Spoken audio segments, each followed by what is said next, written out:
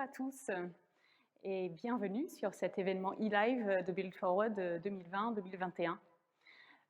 J'ai la chance de me retrouver dans un studio aujourd'hui pour cet événement qui sera un peu différent de celui de 2019, mais qui sera tout aussi passionnant, j'en suis sûre. Je sais que j'ai avec moi 4 intervenants qu'on va découvrir tout à l'heure, certains qui sont ici, d'autres dans leur bureau, et que vous êtes nombreux aussi à vous connecter sur ce live. Donc surtout, n'hésitez pas à dire bonjour dans le chat, à dire quel est votre métier, votre météo du matin, d'où vous vous joignez à nous. Et comme ça, on peut interagir tout au long de ces 90 minutes qu'on a à passer ensemble ce matin. Alors, pour commencer, on passe un petit peu dans le temps et on s'est dit 2019, Build Forward, un événement en présentiel, ça nous paraît surréaliste aujourd'hui, avec de nombreuses personnes, avec des centaines de participants et avec des provocations sur le thème de la métamorphose. Nous avons écouté Jean Jouvel, Jean-François Caron, Laura Lange et Tan Nguyen, qui nous ont fait penser à comment le monde était en train de changer. Et tout ça avant la pandémie, avant justement cette métamorphose qu'on vit depuis 1 an et demi. Et moi, de mon point de vue, ce que je vois avec mon rôle, moi je suis en charge d'une école de changement systémique avec une ONG internationale qui s'appelle Forum for the Future. Et nous, on voit depuis 1 an et demi qu'il y a une prise de conscience collective, que dans les entreprises, les gouvernements, les pouvoirs publics, les startups, les citoyens, tous, on est en train de se dire, mais en fait, il faut imaginer un autre monde. On ne peut plus fonctionner comme ça. Cette pandémie, c'était un peu un réveil pour certains. Et en même temps, on se dit, il y a ce besoin de créer un nouveau récit, mais aussi d'expérimenter et d'innover très vite. On a vu qu'avec le changement, tout le basculement qu'on a eu, il y a eu des choses qui ont dû être mises en place très très vite, expérimenter, parfois des échecs, apprendre de ce qu'on vit ensemble, et puis continuer avec ambition, mais aussi avec pragmatisme, et mettant des choses concrètes en place. Et c'est tout l'intérêt de la discussion qu'on va avoir aujourd'hui autour de cette thématique des utopies réalistes. Le thème vient d'un livre d'un historien, Rutger Bregman, qui a écrit un livre en 2017 qui était un best-seller, où justement il s'est dit mais il est temps de réinventer un grand récit. On a la chance de vivre dans une époque où il y a beaucoup moins d'inégalités économiques, où il y a beaucoup moins de pauvreté par exemple qu'il n'y a eu au Moyen-Âge ou même jusqu'à il y a 200 ans. Et pourtant on vit aussi dans une époque où on est face à des crises du changement climatique, des crises de pandémie, de questions de santé, des crises aussi d'inégalités croissantes, des difficultés, des guerres qui se déclarent en ce moment. Et face à ça, parfois on se dit, mais comment on peut réinventer ce monde ? Et donc pour lui, il a posé cette idée d'utopie, mais qui soit réaliste. L'utopie qui nous permet justement de regarder loin et d'imaginer un monde meilleur, est réaliste parce qu'il s'agit aussi de mettre en place des choses. Nous avons aujourd'hui avec nous 4 intervenants super chouettes qui chacun et chacune, à leur manière, sont en train de révéler, de faire exister des utopies. Donc j'ai la chance d'avoir avec moi Julien Blanchard, qui est président fondateur d'Hoffmann Green Cement Technology, aussi Camille Delpé, qui est chef de projet Territoire zéro chômeur de longue durée dans le quartier de Paris 13e, Isabelle Delannoy, qui est l'auteur de la théorie de l'économie symbiotique, et Patrick Vivray, qui est philosophe et qui nous invite à reconsidérer la richesse et aussi qu'est-ce que ça veut dire de vivre à la bonne heure. Donc on a la possibilité aujourd'hui de vivre une discussion un peu interactive sur ce format digital avec 3 temps. On va avoir un premier temps où chacun va avoir la parole à tour de rôle pour nous parler de leurs utopies réalistes et en train de se réaliser. Une discussion entre nous. On va essayer de trouver les fils, les résonances entre ces différents intervenants et on va avoir un échange, je l'espère, très riche. Et pendant ce temps-là, je vous invite, ceux qui se joignent à nous sur la plateforme, à utiliser le chat, à envoyer vos questions. Moi, je vais pouvoir les voir avec l'équipe qui est derrière ici et on pourra vous faire intervenir aussi par ce biais. et dédier la dernière partie de ce live à des questions-réponses avec des choses qui viennent des participants. Donc surtout, n'hésitez pas, utilisez le chat, envoyez-nous vos questions et on va rebondir là-dessus. Donc on va démarrer avec Julien Blanchard. Donc, Julien, président fondateur d'Hoffman Green Cement Technology, est-ce que tu veux bien nous raconter un petit peu l'histoire de cette start-up qui a eu une montée assez incroyable ces dernières années, mais qui est partie aussi, en quelque sorte, d'un constat et puis d'une idée, d'un rêve, d'une utopie. Bonjour Laura, bonjour à toutes et à tous. Écoutez, déjà merci de m'avoir invité ce matin pour présenter en fait la société Hoffman et surtout pour raconter notre histoire. Parce que notre histoire, si vous voulez, elle a démarré en 2015 avec David Hoffman quand on s'est rencontrés et quand on a décidé, je dirais, de réinventer en fait un petit peu le ciment ou le monde du ciment qui n'a pas changé lui depuis 200 ans. Hein. On produit du ciment en fait de la même façon depuis 200 ans. Et quand on s'est rencontré avec David Hoffman en 2015, en fait on a décidé, si vous voulez, de se lancer dans une aventure entrepreneuriale pour essayer d'inventer des nouveaux ciments à très faible empreinte carbone qui polluent nettement moins que le ciment traditionnel. Juste pour vous donner 2-3 chiffres, en fait, pour vous situer un peu les choses, le ciment, c'est le produit manufacturé au monde pratiquement le plus consommé après l'eau.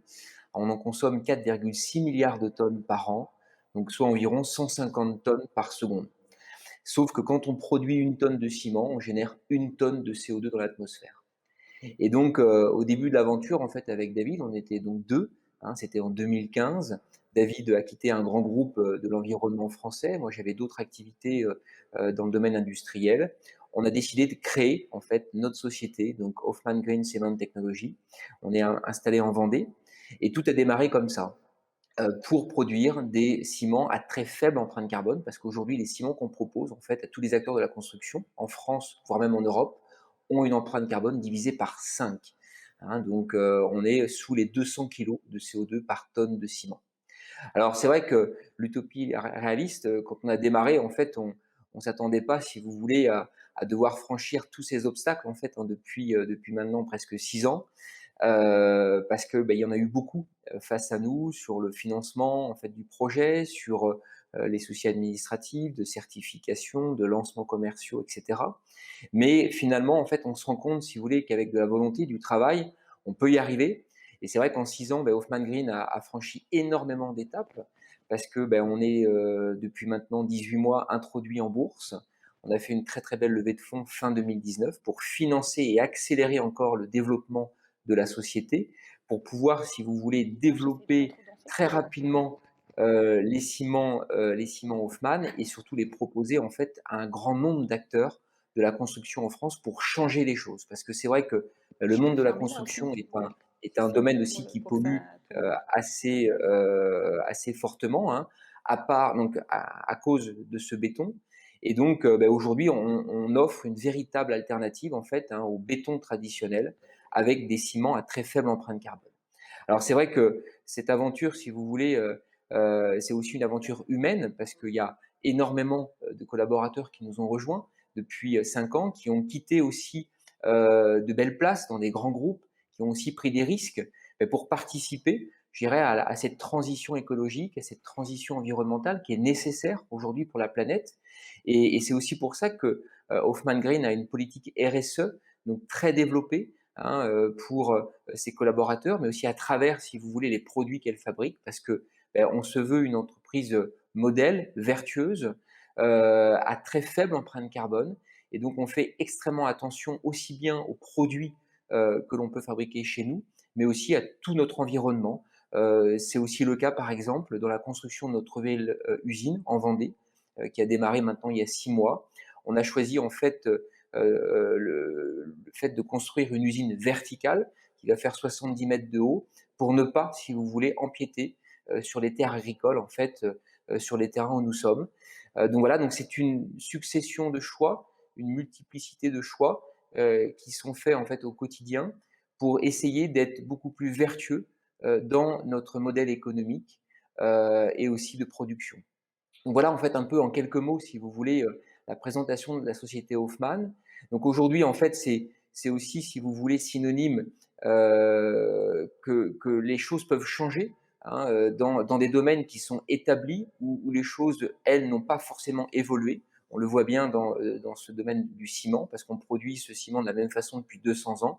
Et nous, nous sommes arrivés, en fait, à faire changer un peu les mentalités. Il reste encore beaucoup de travail, beaucoup de pédagogie à faire au niveau des acteurs de la construction, mais c'est en bonne voie. Merci beaucoup, Julien. C'est vraiment inspirant et on aura l'occasion de revenir un petit peu plus sur comment ça se met en place avec différents partenariats dans la filière, etc., au cours de cette discussion.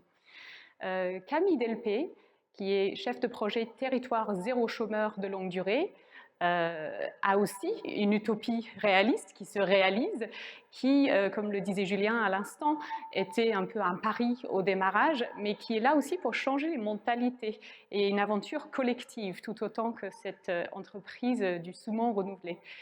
Donc Camille, est-ce que vous voulez bien nous parler de d'où vient cette idée de territoire zéro chômeur de longue durée? C'est bien une utopie si on a une. Et où vous en êtes avec l'expérimentation à Paris? Oui, bonjour à tous et déjà merci de me donner la possibilité de parler de cette belle expérimentation et de notre expérience à Paris. Alors, Territoire zéro chômeur de longue durée, c'est un projet qui est fondé sur l'idée qu'il est possible sur un territoire circonscrit, un territoire pouvant être une zone assez vaste comme un bassin d'emploi en zone rurale ou un simple quartier en milieu urbain dense. Donc un projet qui est fondé sur l'idée qu'il est possible à l'échelle de ce territoire de résorber le chômage de longue durée de manière durable si tous les acteurs de ce territoire se saisissent collectivement de la question de l'emploi et s'organisent pour donner une place aux compétences de chacun. L'idée de départ, elle est très simple, c'est un constat. Le chômage de longue durée, ce sont des personnes aux compétences extrêmement variées auxquelles le marché du travail tourne le dos, alors même que sur les territoires, il y a tout un tas de besoins qui sont non couverts, qui sont autant de gisements pour créer de l'activité. Et finalement, tout ça, ça a un coût relativement important pour la collectivité, un coût direct ou indirect.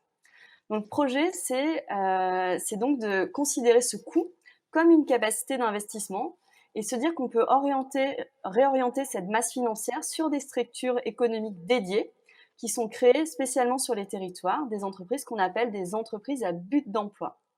Ces entreprises, avec cet apport financier, elles vont être en capacité de recruter en CDI les chercheurs d'emploi volontaires et ainsi de valoriser leurs compétences pour pouvoir développer des activités nouvelles et utiles au territoire. Donc en gros, ce qu'on fait dans ce projet, c'est qu'on met en connexion d'un côté les compétences des personnes, de l'autre les besoins non couverts, et on arrive progressivement à créer localement de la valeur économique et sociale. Et l'ambition à terme, c'est de créer autant d'emplois en plus sur les territoires qu'il y a de chercheurs d'emploi en recherche d'emploi de longue durée. Cette expérimentation, elle a commencé fin 2016, suite au vote d'une loi qui a été votée à l'unanimité en février de la même année. Et à la suite de cette loi, il y a 10 territoires en France qui se sont lancés et Paris fait partie de ces 10 territoires.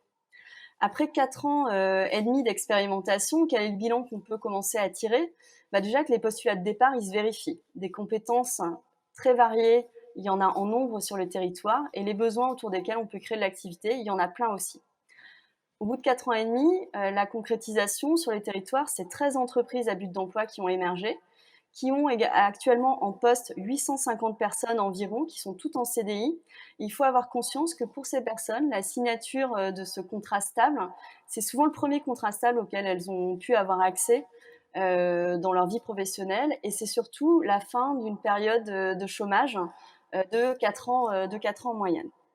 Et puis, bien sûr, ces entreprises, elles se sont construites en développant des activités qui dynamisent les tissus économiques, des activités très variées, à l'image de la diversité des compétences, dans des champs aussi divers que la cohésion sociale, la transition écologique ou les services aux entreprises.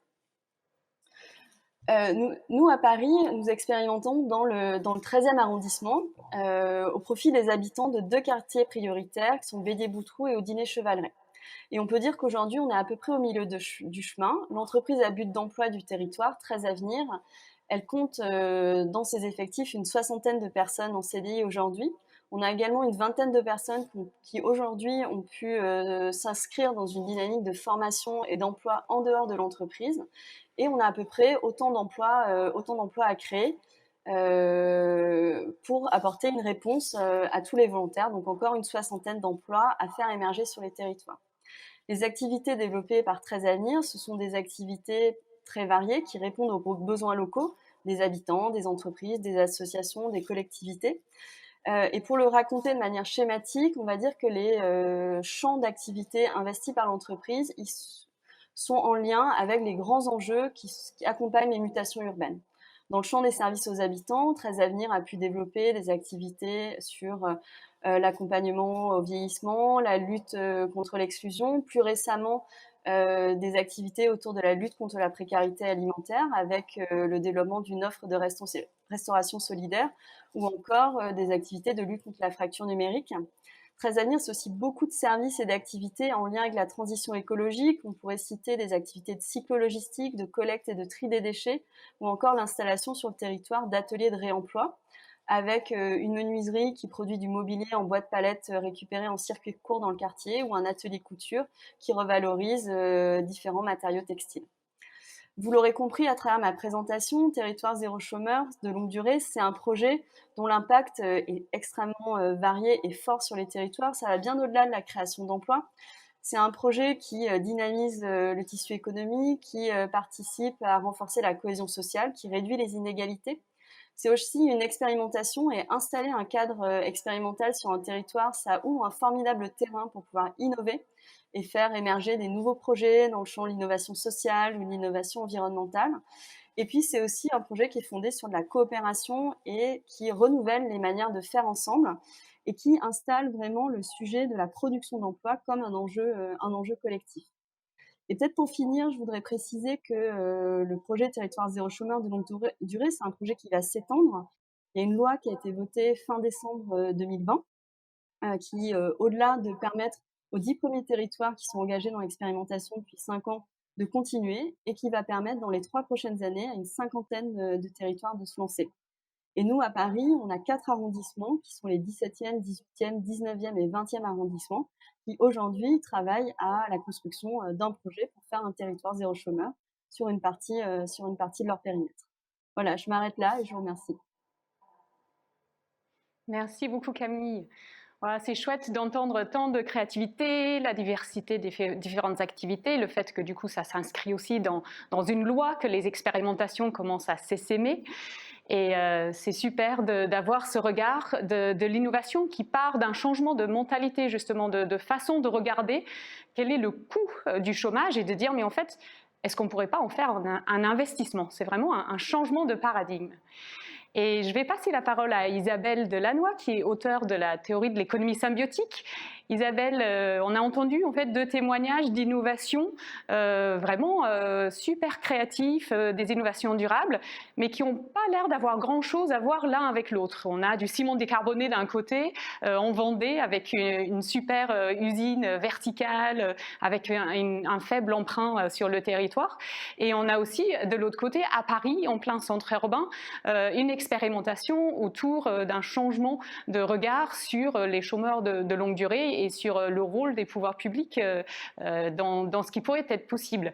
Et je te connaissant, je sens que tu vas réussir à faire peut-être un lien entre ces 2 choses qui paraissent très loin, qu'on relance ici ensemble en tant qu'intervenant, mais avec ce que toi tu as révélé avec l'économie symbiotique. Est-ce qu'il y a quelque chose de plus qu'on pourrait voir dans ces innovations, une sorte d'utopie qui se réalise peut-être au-delà de ces exemples qu'on a déjà entendus aujourd'hui? Et alors Isabelle, juste un petit mot pour dire que si vous êtes là, on est plus d'une centaine aujourd'hui, surtout n'hésitez pas à écrire vos questions dans le chat, à faire remonter vos idées. On va pouvoir rebondir après les présentations des intervenants. Isabelle, à toi. Merci. En effet, je crois que c'est 2 exemples d'une innovation qu'on voit finalement émerger dans le monde entier sur des problèmes différents où certains se sont ont pris en main une cause écologique, comme là les ciments Hoffmann, et qui les ont poussés, la contrainte les a poussés à une innovation et finalement à trouver quelque chose de plus efficient, de quelque chose qui est plus relocalisable parce que les usines sont moins polluantes, parce qu'ils partent aussi d'une diversité en fait de matériaux locaux qui peuvent réintégrer dans des ciments décarbonés. Puis finalement, on arrive à une efficience incroyable puisque ces ciments ont diminué par 5 à la conception en tout cas la consommation les émissions de carbone, mais aussi diminuent les consommations d'énergie pour fabriquer ce ciment, etc. Et ces usines sont plus relocalisables que d'autres usines de ciment classique, hein, même si le ciment est généralement quand même localisé. Mais le fait que ce soit plus propre et qu'on parte de matériaux qui peuvent être disponibles aussi localement, eh bien, ça concourt à cela. Et donc, évidemment, ça va créer de l'emploi local. Et ces innovations-là, on les voit aussi dans le social, où on part des besoins. Et quels sont les besoins d'un territoire? Et à partir de ces besoins-là, on va pouvoir regarder les ressources disponibles sur le territoire. Et souvent, les ressources disponibles, ce sont les acteurs. Et en travaillant avec des territoires pour monter justement des projets de régénération sociale, de régénération écologique, de régénération économique, souvent on se rend compte que lorsqu'on met en lien les acteurs, eh bien 80% des solutions, des ressources dont ils avaient besoin pour répondre à leurs problèmes sont déjà présentes. Et il faut faire synergie avec les acteurs pour déjà créer ces mécanismes de coopération qui vont permettre de faire émerger du nouveau et on le voit avec l'initiative Zéro Chômeur, de recréer de l'emploi et du coup de recréer aussi du service et des industries locales. Alors, peut-être que l'absent ici, c'est le vivant, où on se rend compte aussi que, eh bien, les emplois, lorsqu'on revégétalise en fait une ville, mais de façon fonctionnelle, et puis pas forcément des très grands espaces, mais des petits espaces maillés dans la ville pour infiltrer les eaux de pluie, voire pour épurer les eaux usées. En France, ça se fait plutôt à côté des usines et des centres d'activité parce que la réglementation interdit près de l'habitat. Mais on peut en trouver ailleurs en Europe ou dans le monde où on a vraiment des jardins de pluie et des jardins épurant les eaux usées des immeubles avec des paysages magnifiques, hein, des joncs, des iris, des nénuphars, de la menthe aquatique qui abrite des grenouilles, des pivers, où la biodiversité sauvage même revient. Eh bien, c'est quelque chose que les habitants plébiscitent. On préfère ces petits espaces verts maillés comme ça. Et finalement, quand on regarde l'impact économique, ne serait-ce qu'en emploi, les industries du paysage produisent 1,4 emplois par 100 000 euros de chiffre d'affaires contre 0,4 emplois en général dans l'économie en moyenne.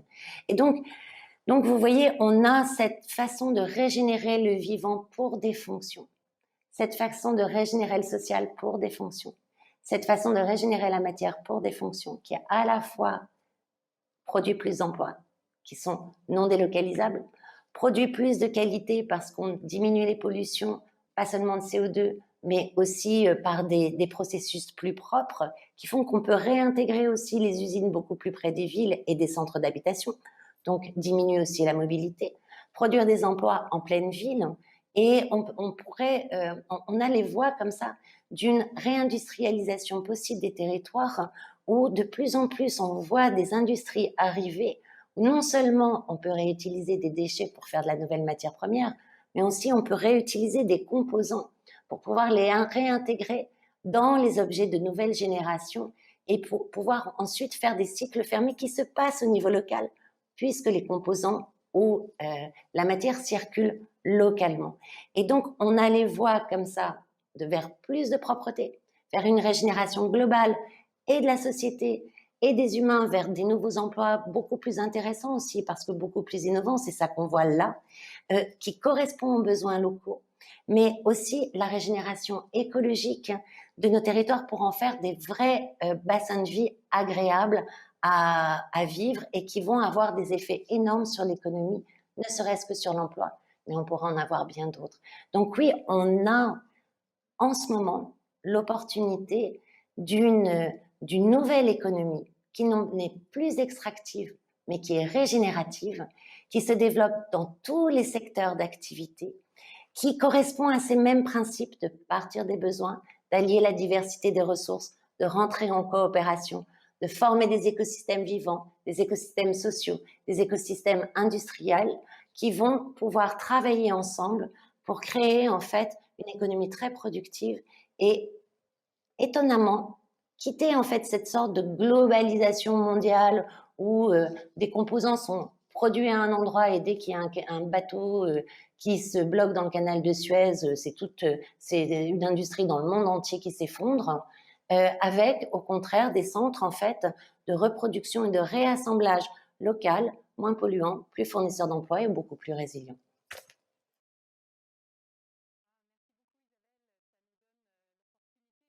Se dire, on a entendu deux cas précis, deux innovations, mais on est aussi dans une innovation qui maille le territoire, qui commence à émerger partout. Et j'aime beaucoup ce mot que tu as utilisé d'opportunité. On a une opportunité aujourd'hui de mailler justement ce type d'initiative, de les faire grandir, de changer d'échelle et que ça couvre l'économie entière. Alors pour prendre cette initiative, pour prendre un peu cette opportunité, vraiment la saisir et la faire vivre, on sent que quand même il y a ce changement de mentalité dont nous parlait Julien, il y a ce changement de regard dont nous parlait Camille et Patrick Vivray, donc en tant que philosophe. Qu'est-ce qui est nécessaire aujourd'hui? Comment pour réaliser ces utopies, comment on doit changer aussi nous, notre façon de penser, peut-être aussi notre façon de vivre ensemble en tant qu'humanité, avec le reste du vivant. Quel est le regard maintenant qu'on doit changer sur le monde? Peut-être que tu as des éléments à répondre là-dessus avec tes travaux. Merci Laura. En écoutant nos trois intervenants, je pensais que l'une des utopies réalistes que nous pouvons mettre en œuvre, elle concerne notre propre langage. On se souvient du fameux texte d'Orwell sur la novlangue en 1984. Si déjà nous redonnions un certain nombre de mots-clés, notamment du vocabulaire économique, leur sens réel, nous avancerions dans la direction des utopies réalistes que l'on vient d'entendre. Par exemple, tout ce que vient de dire Isabelle à l'instant sur l'économie régénérative, elle suppose de redonner au mot économie son sens initial, gestion de la maison, et on comprend bien que la gestion de nos petites maisons terriennes, l'économie, ne peut que s'inscrire dans le projet plus vaste de l'écologie, c'est-à-dire la théorie de la grande maison planétaire. Nos petites maisons terriennes seront condamnées à la destruction si nos écosystèmes vitaux sont mis en cause. C'est la même chose sur un terme tel que valeur, qui a été plusieurs fois utilisé. Valeur, à l'origine, ça veut dire la force de vie. Créer de la valeur, c'est créer une force de vie. Et par conséquent, des activités bénéfiques, le mot même de bénéfice doit être revisité. Bénéfice, à l'origine, ça veut dire activité bénéfique, source de bienfaits, ça ne veut pas dire solde monétaire. Et on pourrait d'autant plus créer dans la proposition de territoire zéro chômeur des activités sources de création de valeur force de vie, aussi bien force de vie du côté du vivant que force de vie du côté des êtres humains eux-mêmes, à partir du moment où on met de l'investissement sur de la création d'activités bénéfiques. J'ai moi-même participé à plusieurs initiatives d'utopie réaliste à la suite de la mission sur une autre approche de la richesse que j'avais fait pour le gouvernement, où on a développé à la fois tout le travail sur de nouveaux indicateurs de richesse et puis sur une approche citoyenne de la monnaie, avec notamment les monnaies locales et citoyennes. Je l'ai fait à travers un réseau international qui s'appelle le Dialogue en Humanité, que nous avons créé au moment du sommet de Johannesburg, donc il y a à peu près 20 ans. Et nous sentons bien que pour qu'une utopie soit réaliste, il faut réunir en quelque sorte 3 conditions. D'abord, il faut dire évidemment que une utopie, si elle est irréaliste, c'est-à-dire si elle se borne à être un horizon qui recule au fur et à mesure qu'on avance, si elle n'est pas incarnée, évidemment, elle n'a pas d'effet de démonstration. Elle ne peut pas générer d'enthousiasme et d'énergie créative. L'une des utopies irréalistes que nous sommes en train de vivre, c'est celle du monde contemporain. Nous voyons bien que les formes de croissance qui étaient mise en œuvre de façon dominante. Nous le voyons avec la pandémie, mais nous le voyons avec les problèmes du dérèglement climatique, les atteintes à la biodiversité. C'est une utopie irréaliste et si nous continuons dans cette voie, cette utopie irréaliste deviendra de plus en plus une utopie meurtrière. Et c'est la deuxième condition, c'est-à-dire il faut que l'utopie non seulement soit réaliste, mais qu'elle soit bénéfique. Parce qu'il existe aussi des utopies meurtrières. Une utopie meurtrière, on en a eu des exemples, par exemple, avec des projets qui, du point de vue de leurs intentions, pouvaient être très positifs. Je pense par exemple aux grandes révolutions d'inspiration communiste.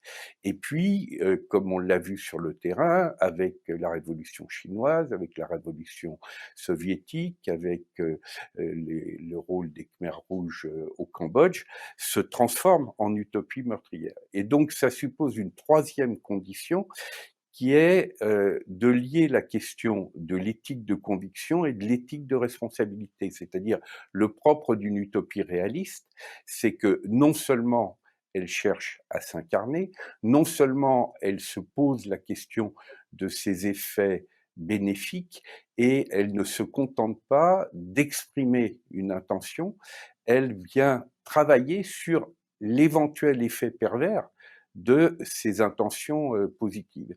Ce qui rassemble tout cela, c'est l'importance du discernement. Nous sommes dans des situations de haut niveau de différence et de divergence, de haut niveau de complexité, et nous ne pouvons traiter ces situations que si nous sortons de schémas binaires qu'on retrouve aujourd'hui dans des affrontements un petit peu partout dans les groupes humains et qui sont souvent maximisés d'ailleurs dans les réseaux sociaux. Et évidemment, quand on réduit les choses à des affrontements binaires, émotionnellement, on est tout de suite confronté à la question à quel camp vous appartenez. Or, le propre d'une métamorphose, j'utilise aussi volontiers ce terme que Laura, tu as utilisé dans ton intervention initiale, pour qu'il y ait métamorphose, il nous faut une humanité qui devienne pour de bon, pourrait-on dire, sapiens sapiens, autre élément de langage qui mérite d'être revisité. Comme le dit notre ami Edgar Morin, très souvent, nous avons plutôt une humanité sapiens démens, c'est-à-dire intelligente certes, mais qui n'est pas sage.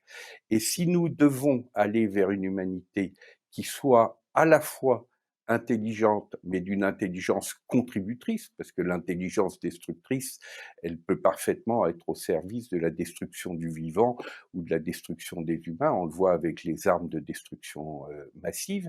Donc d'une intelligence qui est contributive et positive, mais qui est aussi au service d'une sagesse qui n'est pas une sagesse ascétique, qui se souvient que là aussi, le mot de sagesse, il a la même racine que la saveur. Sapérer, c'est aussi la dégustation. Donc la sagesse, c'est une dégustation de la vie, et c'est une des raisons pour lesquelles la motivation fondamentale et l'indicateur fondamental de la réussite de ces utopies réalistes, c'est le sentiment de la joie de vivre. C'est le sentiment de participer à une aventure collective qui fait sens et d'y avoir pleinement sa place. Si nous nous engageons dans cette direction, alors à ce moment-là, le phénomène de la métamorphose est possible.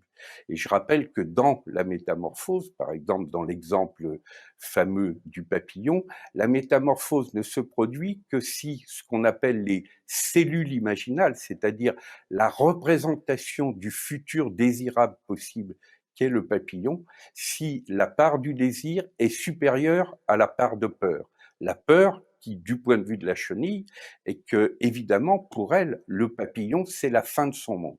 Et donc, l'une des clés de cette métamorphose, c'est le fait que le désir l'emporte sur la peur. Et le désir ne peut l'emporter que sur la peur, que si même dans des périodes sombres, la capacité de vivre la joie est supérieure à l'angoisse et à l'impuissance.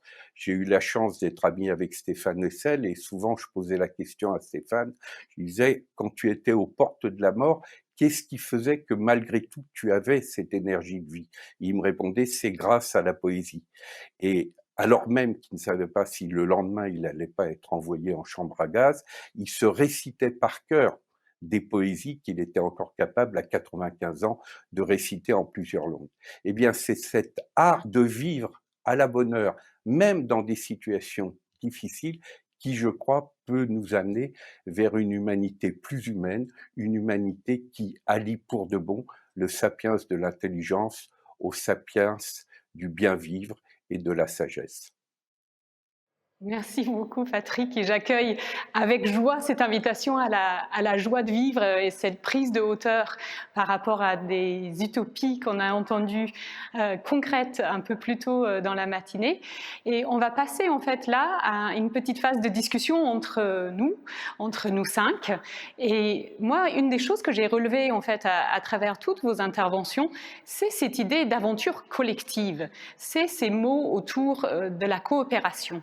Et j'aurais aimé avoir le regard des uns, des unes et des autres sur cette place centrale, finalement, de la coopération dans vos projets. Donc peut-être que Julien, on va revenir vers toi. Est-ce que tu voudrais nous parler un petit peu justement de comment ça se met en place? On a entendu qu'il y avait une rencontre, toi et David Hoffman, à un moment au début de l'histoire, mais en fait, au fur et à mesure que cette histoire, elle se tisse, que l'entreprise grandit, vous avez mis en place beaucoup de partenariats et on sent ce besoin de coopérer, de faire des choses avec d'autres, que ce soit une aventure collective. Exactement, c'est vrai qu'il y a deux termes moi, que j'ai retenus depuis tout à l'heure. Économie régénérative, c'est vrai qu'on est en plein dedans avec Hoffman Green et je pourrais vous dire pourquoi juste après, et l'aventure collective également, parce que c'est une vraie aventure collective en fait que nous on vit depuis 6 ans dans le cadre du projet Hoffman Green Cement. Donc déjà avec la rencontre avec David, mais aussi avec tous nos partenaires en fait qui nous accompagnent maintenant depuis 6 ans. Donc des acteurs de la construction, nos collaborateurs aussi qui nous ont rejoints. J'en ai parlé tout à l'heure. Ils ont le sentiment, celui de participer à quelque chose. Ils savent pourquoi ils viennent le matin. Ils participent au changement. Ils participent en fait à l'innovation. Ils participent à la transition écologique, environnementale. Et chacun a un vrai rôle en fait dans l'entreprise. Et c'est vrai que ces collaborateurs qui nous ont rejoints, ils avaient perdu pour la plupart d'entre eux en fait un peu le sens de leur travail, malgré en fait leur très haute fonction dans des très grands groupes français voire européens. Et ils ont préféré en fait rejoindre une jeune entreprise industrielle, donc Hoffman Green à l'époque, et encore aujourd'hui là, j'ai le cas en fait avec une collaboratrice qui est arrivée en début de semaine. Ça faisait 10 ans qu'elle était dans un grand groupe et elle ne trouvait plus forcément de sens à son travail. Et elle nous a rejoint en fait parce que elle considère que on contribue aujourd'hui en fait à cette transition nécessaire de par nos innovations et de par en fait ce qu'on souhaite emmener en fait dans le cadre du projet Hoffman. Donc l'aventure collective en fait elle est très importante et nous on la vit au quotidien. C'est pareil aussi avec nos partenaires d'affaires, mais aussi l'ensemble des partenaires, je dirais, qui sont autour de la société, parce que chaque partenaire aussi se retrouve en fait un peu dans notre aventure et souhaite y participer. On a même des grands groupes qui nous appellent parce que ils souhaitent nous rejoindre, parce qu'il leur manque ça, si vous voulez, en interne chez eux. Et donc, on vit, si vous voulez, collectivement en fait ces innovations et ces changements là. Donc tous ensemble, et l'aventure grandit en fait de jour en jour. Oui, parce qu'en fait, la coopération, c'est aussi travailler avec des gens qui ne sont pas comme nous. Là, tu disais, les grands groupes, ils viennent nous chercher parce qu'ils n'ont pas ça chez eux. Et c'est aussi ce qu'on voit un peu, Camille, avec cette façon de mettre en œuvre de l'expérimentation à Paris, c'est qu'il nous faut une diversité d'acteurs, en fait, autour de la table, des gens qui ne sont pas pareils, qui ont des besoins différents. Et c'est ça qui fait la richesse un peu de ce que vous êtes en train d'essayer de mettre en place. Oui, tout à fait.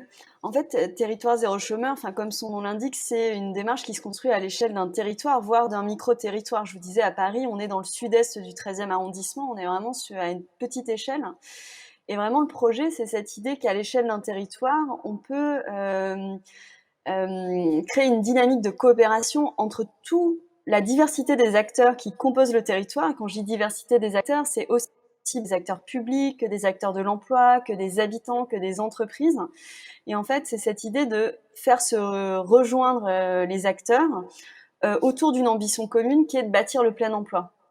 Je disais aussi, pour le territoire zéro chômeur, c'est cette idée de dire l'emploi, c'est une responsabilité collective. Et en fait, à l'échelle d'un territoire, il y a une richesse, et la première richesse de ce territoire, c'est les habitants et les forces vives qui le composent, et qu'en fait, on peut s'appuyer sur ces compétences, redonner la place à ces compétences dans la société, et s'appuyer sur ces compétences pour imaginer des solutions nouvelles aux besoins qui sont sans réponse. Et globalement, la dynamique de création qui est impulsée sur les territoires zéro chômeur, c'est une dynamique de création qui participe à améliorer le cadre de vie, le quotidien des usagers du territoire. Et puis, le levier opérationnel de l'expérimentation, c'est une entreprise à but d'emploi. Et l'entreprise à but d'emploi, comme son nom l'indique, sa première fonction, c'est de produire de l'emploi, mais c'est aussi de produire des solutions en valorisant les compétences des personnes. Et ces solutions, elles se construisent en coopération avec les autres. Et j'allais dire c'est particulièrement fort en milieu urbain où il y a énormément d'acteurs qui sont présents. Il y a une très grande densité d'acteurs. Et en fait, on va construire l'activité dans les niches, dans les interstices, en se disant le métier de l'entreprise à but d'emploi, c'est d'apporter le petit bout de la solution qui manque et qui permet de concrétiser des projets et de faire émerger des services qui participent au mieux vivre sur un territoire. Oui, c'est super. Et en même temps, il y a une question qui me vient. Je me dis, mais tout ça paraît très inspirant et puis chouette. Et puis on voit ces expérimentations qui fonctionnent avec des partenariats. Mais en fait, coopérer avec d'autres, travailler avec des personnes qui sont peut-être pas d'accord avec nous ou qui ont un point de vue très différent ou une culture très différente entre les startups, les grands groupes, des citoyens, des activistes, le gouvernement, etc. C'est quand même un exercice difficile. Et je me demandais, Patrick, si tu pouvais donner un regard sur des capacités à développer, des capacités humaines justement de cette nouvelle forme de sagesse qu'on doit avoir. Quelles sont les choses qu'on doit apprendre pour pouvoir mieux coopérer ?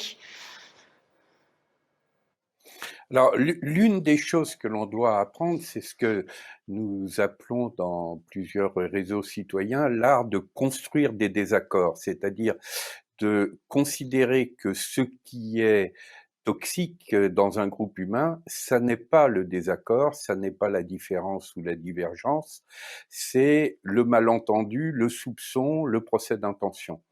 Et quand on fait un exercice de construction de désaccord, on commence par faire tout un travail de repérage sur qu'est-ce qui est de l'ordre du vrai débat et puis qu'est-ce qui est de l'ordre de ces malentendus, de ces soupçons, de ces procès d'intention.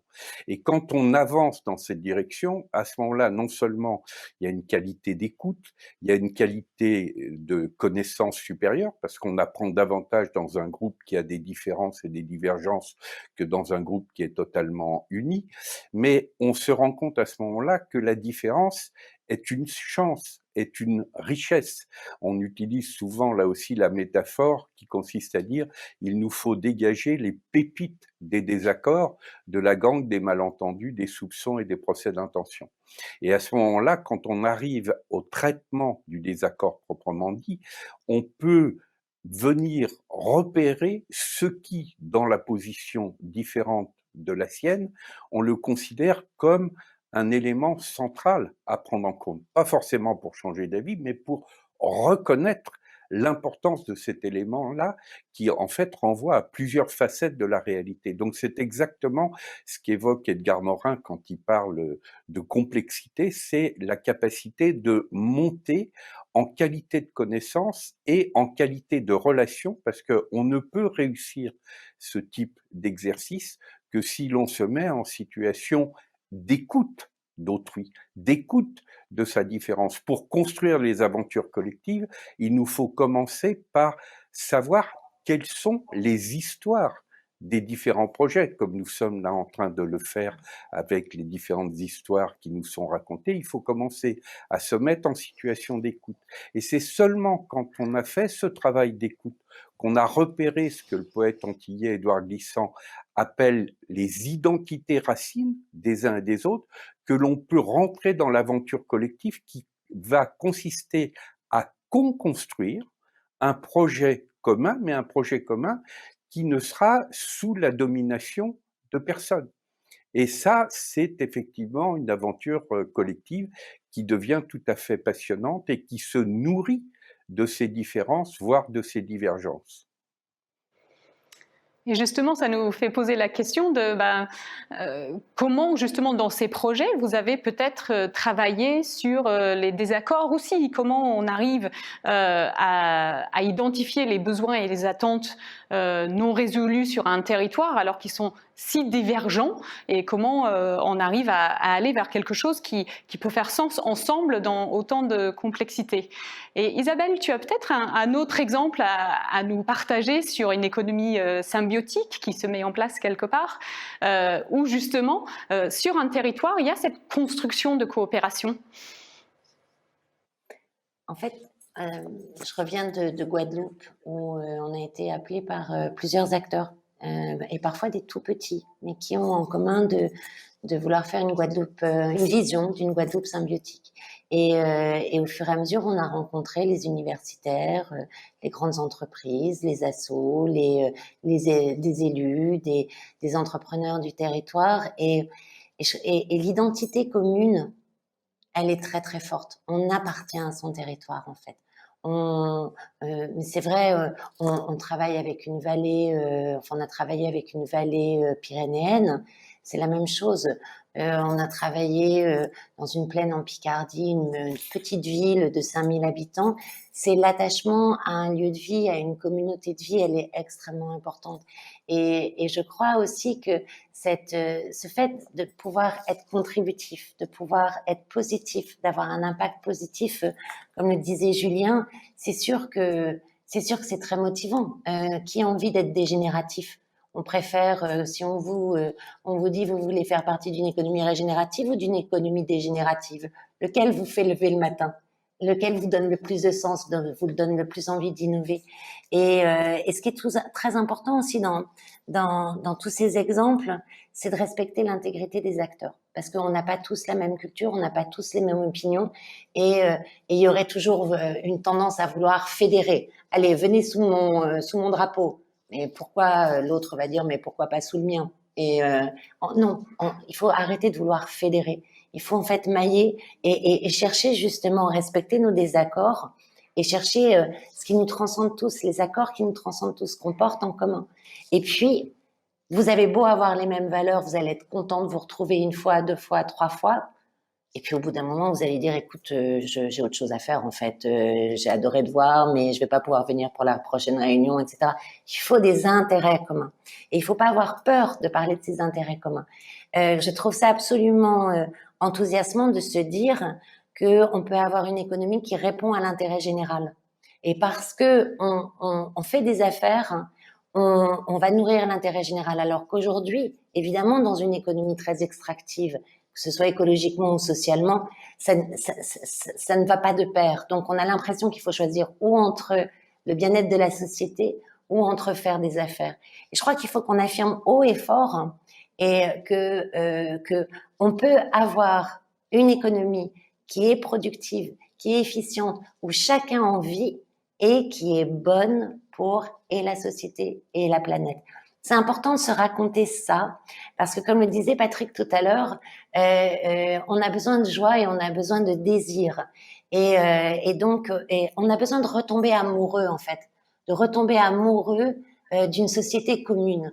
Moi, j'aime beaucoup Francesco Alberoni, qui, dans Le choc amoureux, compare en fait ce qui fait un mouvement social et ce qui fait la rencontre entre deux personnes, entre un choc amoureux, un innamoramento. Il montre que les mécanismes sont les mêmes. Et vous n'allez jamais tomber amoureux d'une femme qui vous parle toujours de son ancien amant. Et l'écologie, en fait, depuis 30 ans, on a trop tendance à raconter la contrainte et à raconter comment ça va changer par rapport au monde d'après, donc à vous parler de l'ancien amant, plutôt que de vous emmener dans un monde où vraiment on a réinventé les choses et on a réinventé le regard. Et ça, ces 6 mois-là de collaboration, de participer à un projet commun et à une vision qui peut être positive de l'humain, pour moi, c'est très important. On a besoin de raconter ces transformations pour que les gens se l'approprient. C'est essentiel aujourd'hui. Merci Isabelle. Et Patrick, je sais que tu dois nous laisser à midi.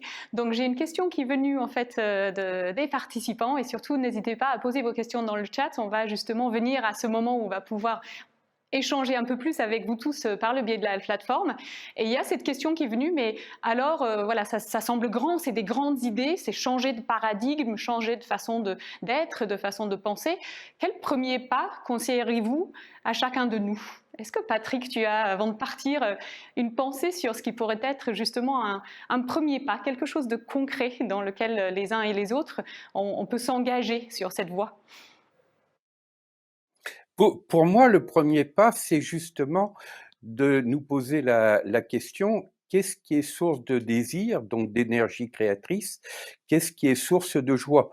C'est pour le coup notre propre économie régénérative personnelle qui fait que notre désir de vie va être plus important que notre sentiment d'angoisse, de peur, et qui va nous relier aux autres. Si je suis dans ce rapport au désir et à la joie, je vais immédiatement retrouver d'autres compagnons de route en humanité, pourrait-on dire, qui vont être dans la même démarche et qui, à ce moment-là, vont construire les éléments de cette aventure collective dont nous parlions.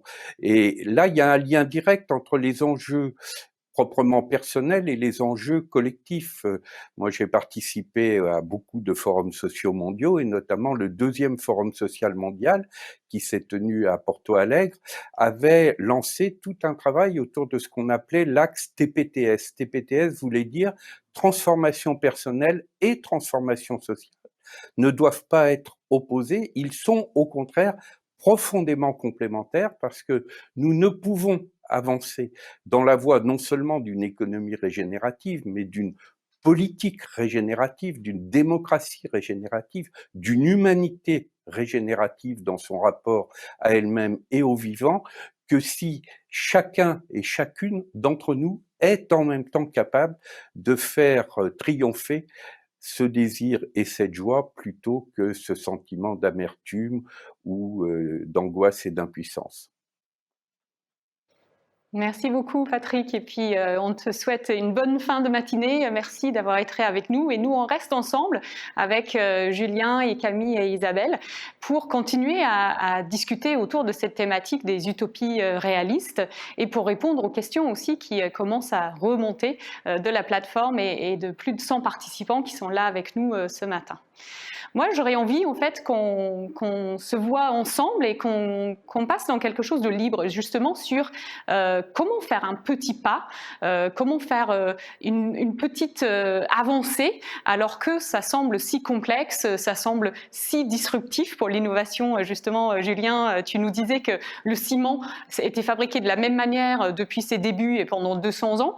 Comment on arrive à prendre ces premiers pas? C'est quoi votre expérience personnelle de vous être lancé un peu dans ce chemin de l'innovation?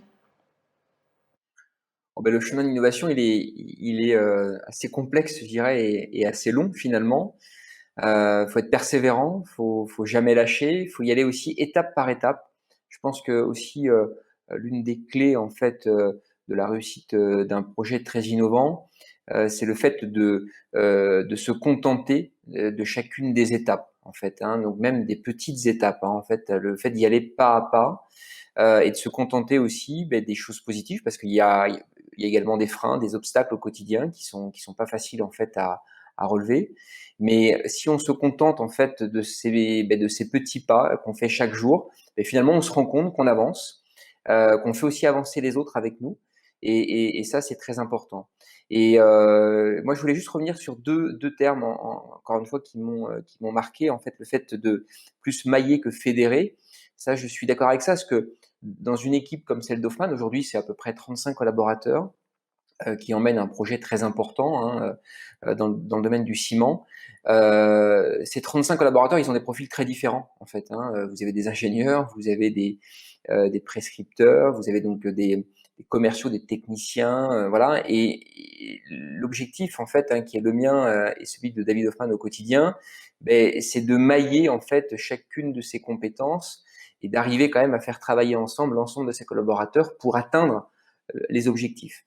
Et c'est pour ça que je suis très en phase en fait avec ce terme de maillage, parce que vous pouvez pas changer intégralement en fait la pensée de chacun, etc.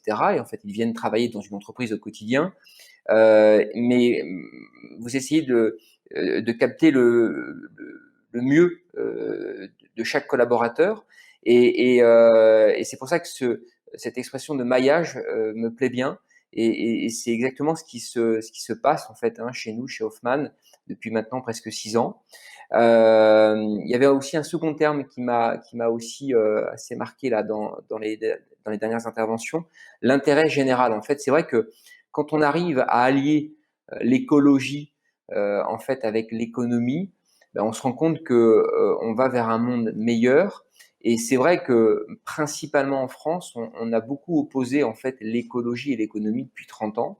Et je pense que des initiatives comme celle d'Hoffmann, comme aussi plein d'autres sociétés en France, hein, font qu'aujourd'hui, on va regarder aussi l'écologie différemment parce que chacun va y trouver en fait un intérêt. Et un intérêt économique, un intérêt personnel, etc. Et comme chacun y trouve un intérêt, les choses avancent plus vite. Donc ça aussi, ça me parle bien, si vous voulez, dans le cadre de l'aventure d'Hoffmann qu'on mène maintenant depuis plusieurs années. Et je me demande, Isabelle, si tu veux réagir là-dessus, parce qu'il y a quelque chose autour de ces deux termes d'ailleurs, sur le maillage et sur l'intergénéral, qui nous ramène au vivant. Et c'est un sujet qui me tient à cœur aussi, de se dire, qu'est-ce que le vivant nous apprend sur comment on peut mailler les choses et vivre dans la complexité. Et puis aussi, est-ce qu'il ne faudrait pas que notre conception de l'intérêt général, finalement, le général, ça intègre l'ensemble du vivant et pas uniquement les humains?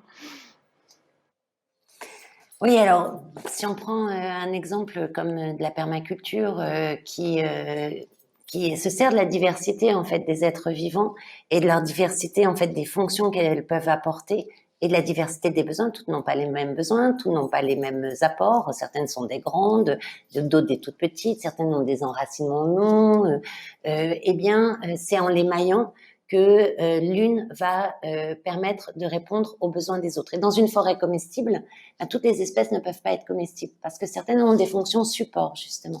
Et on voit bien aussi qu'il n'y en a aucune qui centralise les ressources et qui dit alors toi tu vas avoir tant, toi tu vas avoir tant, etc. Il y a un maillage qui se fait souvent par le sous-sol, par les racines, par un réseau une sorte d'internet du sol qui fait non seulement circuler l'information, mais aussi des nutriments, de la matière, qu'on appelle le mycélium, puis même des réseaux aériens d'information, et qui font que il y a quelque chose, il y a une coopération qui se met en place, toujours centrée sur le besoin. Le besoin, en fait, de chaque plante que l'agriculteur va avoir réunie, et ce faisant, il va la rendre plus productive qu'elle l'est naturellement, en fait. Et ce qui fait qu'on va pouvoir créer même une zone humide pour épurer les eaux en quelques semaines, alors qu'elle aurait peut-être mis des milliers d'années à se former. Elle ne se serait peut-être jamais formée. Et ça, En chimie, en biologie, c'est bien connu, c'est les catalyseurs. Et dans cette économie, en fait, on retrouve notre place vivante. On a plein de besoins métaboliques comme les autres êtres vivants, et du coup, on va utiliser leurs fonctions qui savent tout le temps régénérer l'eau, l'air, la fertilité des sols, se nourrir, s'abriter, réguler la température et tout. Mais en même temps, nous amener notre intelligence propre, qui est de savoir mailler, organiser, finalement, devenir des catalyseurs, de rendre possible quelque chose qui n'aurait peut-être pas été possible seul.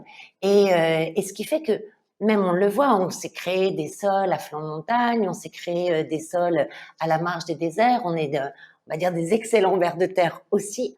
Et ça, on renoue avec ça.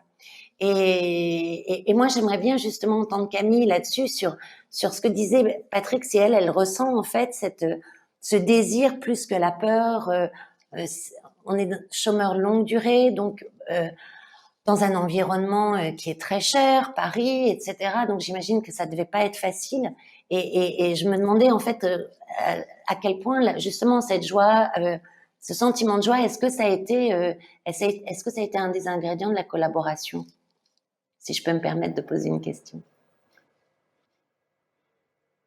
Super, mais oui, bien sûr, Camille, vas-y, tu peux répondre.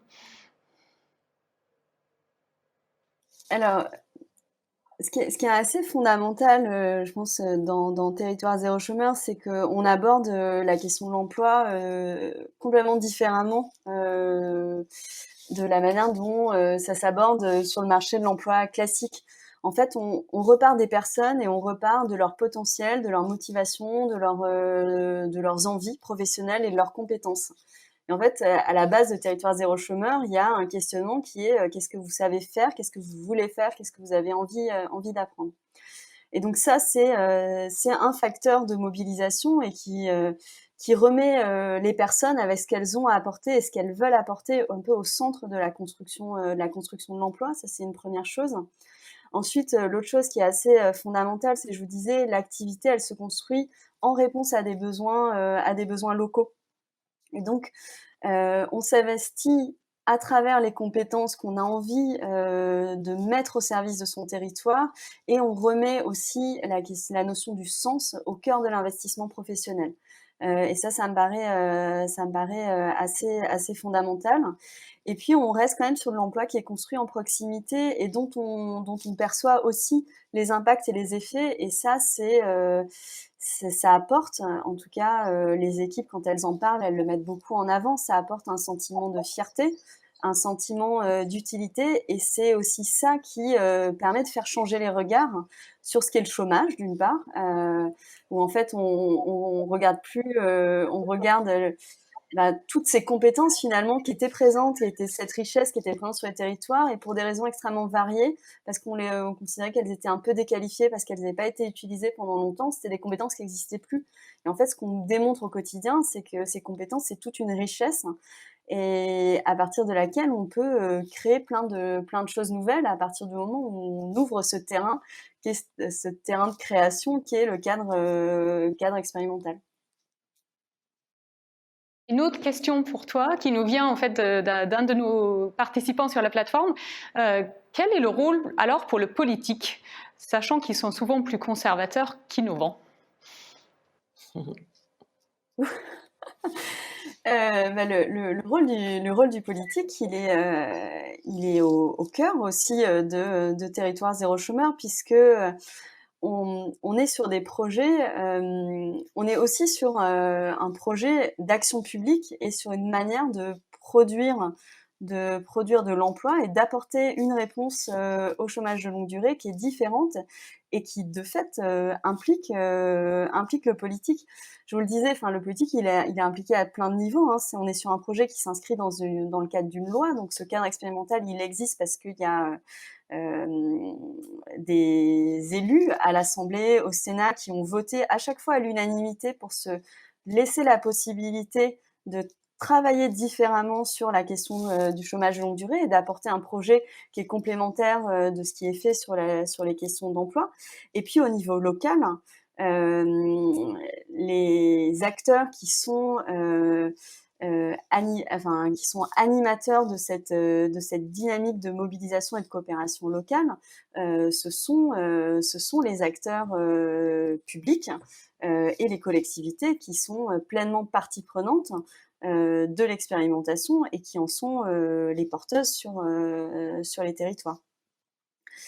Et on est vraiment sur un projet où en fait on casse, enfin ça c'est important de l'avoir en tête, on casse un peu les cloisons. Ce projet il n'existe que parce que chacun apporte une brique à la construction de ce projet. Et donc tout le monde est essentiel dans ce projet. Peut-être c'est ce qu'on pourrait dire la même chose des grands groupes. On a une autre question là des participants. Comment associer les grands groupes alors qu'ils ont une culture qui est tellement différente de justement cette start-up ou alors vraiment quelque chose de très ancré sur un territoire? Comment travailler avec ceux qui sont très grands, qui ont un champ d'action global?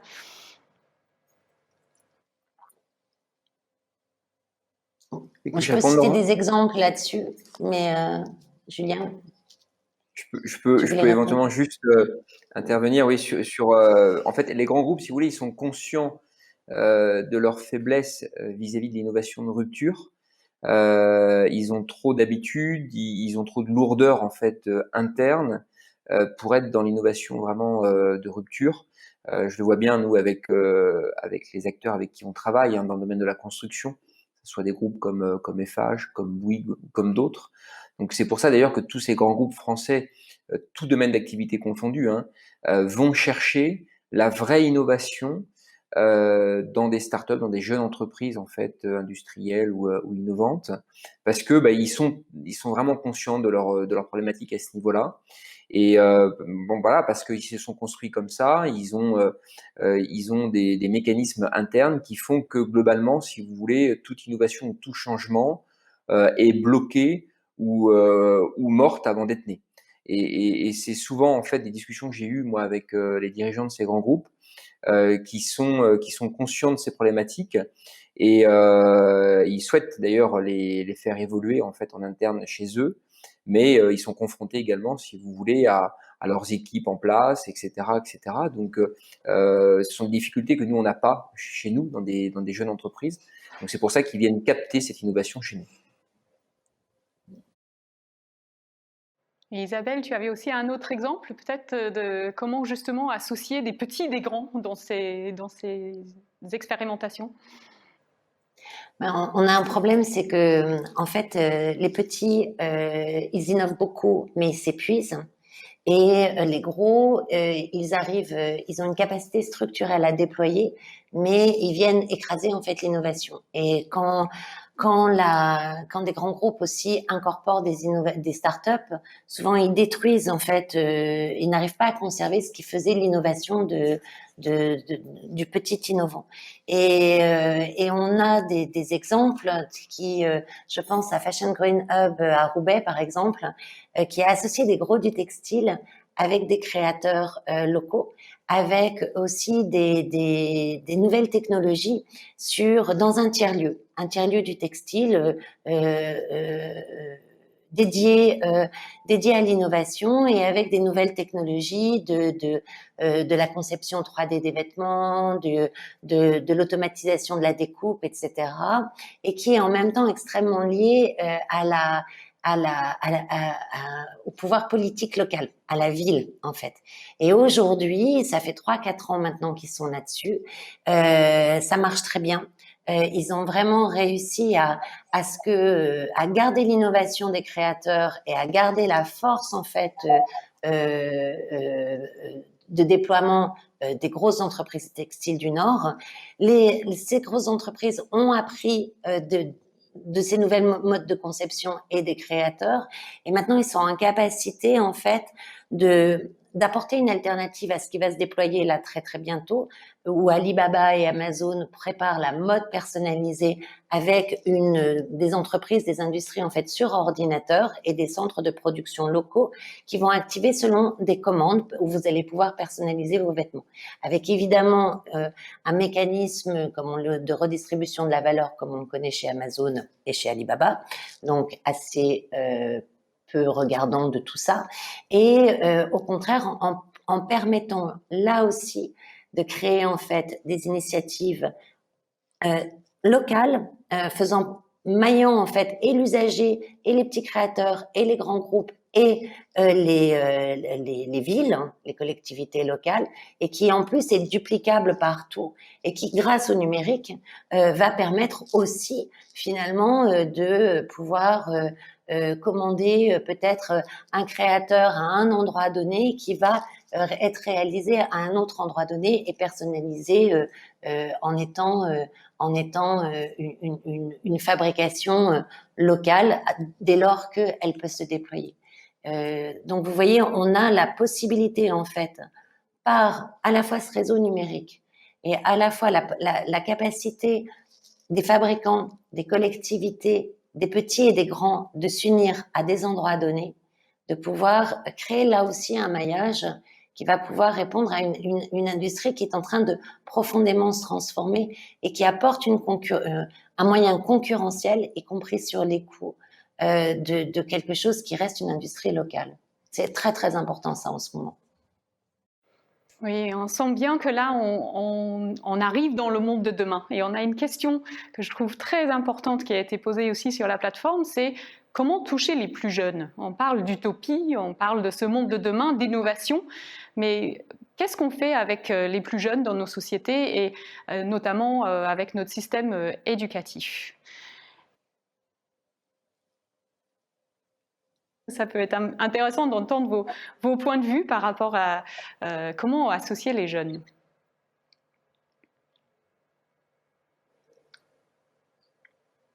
J'ai l'impression, excusez-moi, je reprends la parole, mais la question m'étonne. La question, c'est comment toucher les plus jeunes? On parle d'innovation, on parle du monde de demain, on parle d'utopie, et en même temps, on a une génération qui arrive aujourd'hui et est-ce qu'elle est associée à ces innovations? Est-ce qu'elle fait des choses qui sont justement intéressantes? Comment on peut la toucher par le système éducatif aussi? En tout cas, le nombre d'innovations qui viennent de la jeune génération, c'est énorme. C'est une génération très entrepreneuriale, alors tout le monde n'est pas comme ça, mais en fait, moi, la jeune génération m'épate, hein, les 20-30 ans en ce moment, ils m'épatent. Voilà, j'ai l'impression plutôt comment être touché par eux. Parce que malgré les déficits des formations où, par exemple, les ingénieurs ne sont toujours pas formés sur le vivant, ils arrivent à aller chercher l'information et à innover de toute façon, autrement. Il me semble, hein. Moi, c'est mon ressenti. Julien, vous allez rebondir aussi sur cette question? Oui, je suis assez d'accord avec ça en fait, hein. Également, avec ma vision, je dirais, de chef d'entreprise au sein d'Hoffmann, on a une nouvelle génération quand même qui est très au fait, hein, des questions environnementales, qui va aussi apporter énormément aux entreprises là, dans les prochaines années. Mais qui arrive aussi avec des exigences, des nouvelles habitudes de travail, etc., auxquelles il faudra s'adapter au sein des entreprises. Mais elle va apporter, si vous voulez, de l'air frais vis-à-vis en fait de ces questions environnementales là dans les prochaines années. Donc je suis assez confiant quand même avec l'arrivée de cette nouvelle génération des 20-30 ans là dans les prochaines années. Oui. Et Camille, on connaît la question du chômage chez les jeunes aussi. Donc, est-ce qu'on sent la présence de cette jeune génération, cet élan? Est-ce que vous avez aussi dans votre expérimentation cette confiance auprès des jeunes qui sont parmi vous dans le 13e? Oui, alors effectivement, la question des jeunes, alors particulièrement en milieu urbain, c'est-à-dire les expérimentations qui sont conduites en milieu urbain dense, il y a un certain nombre de jeunes de moins de 26 ans qui sont au chômage de longue durée. Souvent des jeunes qui n'ont jamais eu l'opportunité de s'insérer sur le marché du travail, ou alors qui ils s'y sont insérés mais avec qu'un cumul de contrats courts. Ça prend du temps en fait de construire la confiance avec le public jeune. C'est pas forcément les premières personnes qui se sont positionnées dans le cadre de la démarche. C'est d'abord plutôt la génération qui avait une quarantaine d'années, et les jeunes, ils sont arrivés au bout d'un an et demi, quand ils ont vu ce que pouvait produire le projet dans le quartier. Et aujourd'hui, ils représentent 15% de l'effectif de l'entreprise. et finalement, les sources de motivation, enfin, ce qui les motive à rejoindre l'entreprise, hein, c'est cette possibilité de pas être relégué à un rang d'exécutant, mais vraiment d'avoir la possibilité d'avoir accès à un emploi qui est construit autour de leur motivation et de leurs compétences. Alors bien sûr, ça pose un certain nombre de défis, puisque des tout jeunes ont besoin d'être accompagnés, notamment sur la clarification de leurs projets, de leur motivation, aussi dans la prise de confiance vis-à-vis de leurs compétences et de ce qu'ils ont à apporter, particulièrement quand ils ont eu un parcours scolaire un peu chaotique. Mais en tout cas, ils rejoignent en nombre l'expérimentation, et ça reste un défi de leur construire une place. Oui, on parle beaucoup là de besoin de confiance et on va se demander maintenant, on a juste quelques minutes avant de finaliser aujourd'hui, j'aimerais bien vous passer la parole à tous les trois pour nous dire justement, selon vous, quel est ce premier pas? C'est la même question que j'avais pour Patrick tout à l'heure qui nous a été posée par un de nos participants en ligne. Ça paraît grand, ça paraît difficile. On parle du fait que voilà, les jeunes n'arrivent dans le projet qu'au bout d'un an et demi. C'est long, c'est pas tout de suite. Mais il y a quand même plein de choses qui bougent. Donc, pour vous, quel serait votre conseil? Qu'est-ce que vous nous conseillerez pour prendre un premier pas vers ces utopies réalistes que vous nous avez présentées aujourd'hui? Je vais peut-être commencer. Oui, moi je dirais qu'il y a une question, c'est une conviction. C'est-à-dire que Territoire zéro chômeur de longue durée, ça part au départ d'un refus d'une situation dans laquelle on a 2 millions de personnes en France qui sont durablement en marge du marché de l'emploi, et la conviction que ces personnes, elles ont des compétences et elles ont leur place et des choses à proposer dans le cadre de l'emploi et du travail, et elles peuvent produire de la valeur. C'est ensuite se laisser le temps. On est sur des projets qui font bouger les lignes, qui demandent d'apprendre à faire ensemble, et donc il faut se laisser le temps de construire. Et je pense aussi, et ça c'est un principe même expérimental, c'est aussi se laisser l'opportunité de tester, avec ce principe du droit à l'erreur. Finalement, on construit, on essaie, on tente, on refait, et c'est se laisser le temps pour avancer et faire bouger les lignes petit à petit.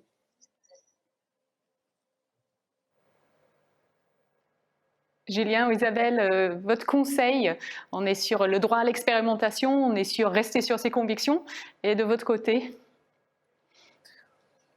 Je dirais, moi, pour mon humble conseil, vis-à-vis des jeunes générations, c'est de croire très très fort, si vous voulez, en ce qu'on fait, être persévérant, avoir la notion du travail également. Je trouve que cette notion aussi se perd un peu. Ça veut dire que quand on se lance, si vous voulez, dans des projets, innovants ou pas, hein, il faut vraiment être conscient qu'il y a une masse de travail en fait très importante à engager, qui va impacter tout un tas de choses autour de soi. Donc il faut vraiment être persévérant, se contenter aussi de ces petits pas jour après jour pour y arriver. Ne pas désespérer, même si de temps en temps c'est compliqué, vous savez, quand on innove, quand on entreprend, et croire vraiment, si vous voulez, très très fort en ce qu'on fait, et encore plus, je dirais, quand on est dans des projets qui ont la capacité vraiment de bouleverser des choses, de bouleverser des industries. Ça vous apporte une force très très importante au quotidien. C'est le cas aussi pour tous les collaborateurs qui vous rejoignent. Et voilà, donc la persévérance, le travail, l'envie, croire très très fort en ce qu'on fait, et essayer d'emmener en fait le maximum de personnes autour de soi à travers son projet. Voilà. Merci Julien. Isabelle, un petit mot de la fin sur tes conseils? Très très concret, l'investissement a 27, selon une étude, hein, c'est une seule étude, mais 27 fois plus d'impact que le geste quotidien. Donc, les indicateurs d'impact sont pas encore très très bons, mais on peut toujours aller investir ou donner. Je parle là d'un point de vue personnel. Sur les plateformes de crowdfunding et de crowdinvest pour soutenir les entreprises et les projets qu'on a envie de voir émerger autour de soi. Et plus c'est local, finalement, mieux c'est.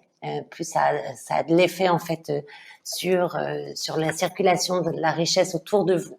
Et si vous êtes entrepreneur, ben en effet, prévoir d'avoir au moins un an de salaire devant soi, enfin un an de vie devant soi, etc. Et si vous êtes salarié et que vous avez envie de rejoindre un nouveau projet, je fais un véritable appel à ceux qui ont déjà payé leur maison, qui ont déjà où leurs enfants sont assurés et qu'ils rejoignent en fait les mouvements de transition parce qu'on a besoin d'eux, vraiment. Si vous êtes un entrepreneur, enfin si vous avez envie de porter de toute façon un projet, un élu, ou rejoindre quelque chose, de toute façon, rejoignez, allez sur ce que vous aimez, et y compris les entreprises à investir ou les projets à investir, et rejoignez les écosystèmes qui existent. Il y en a plein. Un Construclab en est un pour la construction. Vous avez la Fabrique des transitions pour les territoires. Vous avez plein de collectifs qui innovent ensemble, et il faut persévérer. C'est pas facile, mais en effet, des acteurs qui bougent dans tous les domaines, il y en a plein, que ce soit au niveau local ou que ce soit au niveau d'une filière. Merci beaucoup Isabelle, et il me revient de remercier tous nos intervenants. Partez de votre joie de vivre, restez sur vos convictions, travaillez dur, mais aussi trouvez votre écosystème, trouvez les autres autour de vous pour mettre en œuvre des utopies réalistes, vous aussi. Donc c'était un très chouette moment. Je vous remercie tous les trois, et puis aussi Patrick qui a dû nous quitter un peu plus tôt. Et pour poursuivre, parce que ça s'arrête là pour cette matinée, il y a aussi des ressources qui vont proposer le site de Construclab. Déjà, si vous avez raté l'édition sur la métamorphose en 2019, vous pouvez revoir les interventions des personnes qui étaient venues à cette occasion. Vous pouvez aussi découvrir des petites vidéos d'approfondissement de nos 4 intervenants d'aujourd'hui, et puis des liens vers leur site internet, vers d'autres vidéos, etc., pour continuer à vous enrichir de ces idées autour des utopies réalistes. Et sur ce, il me reste à accueillir Vincent Royer, qui est le président de Construclab, qui va venir avec moi dire un petit mot de la fin pour l'ensemble des co-organisateurs de cette matinée.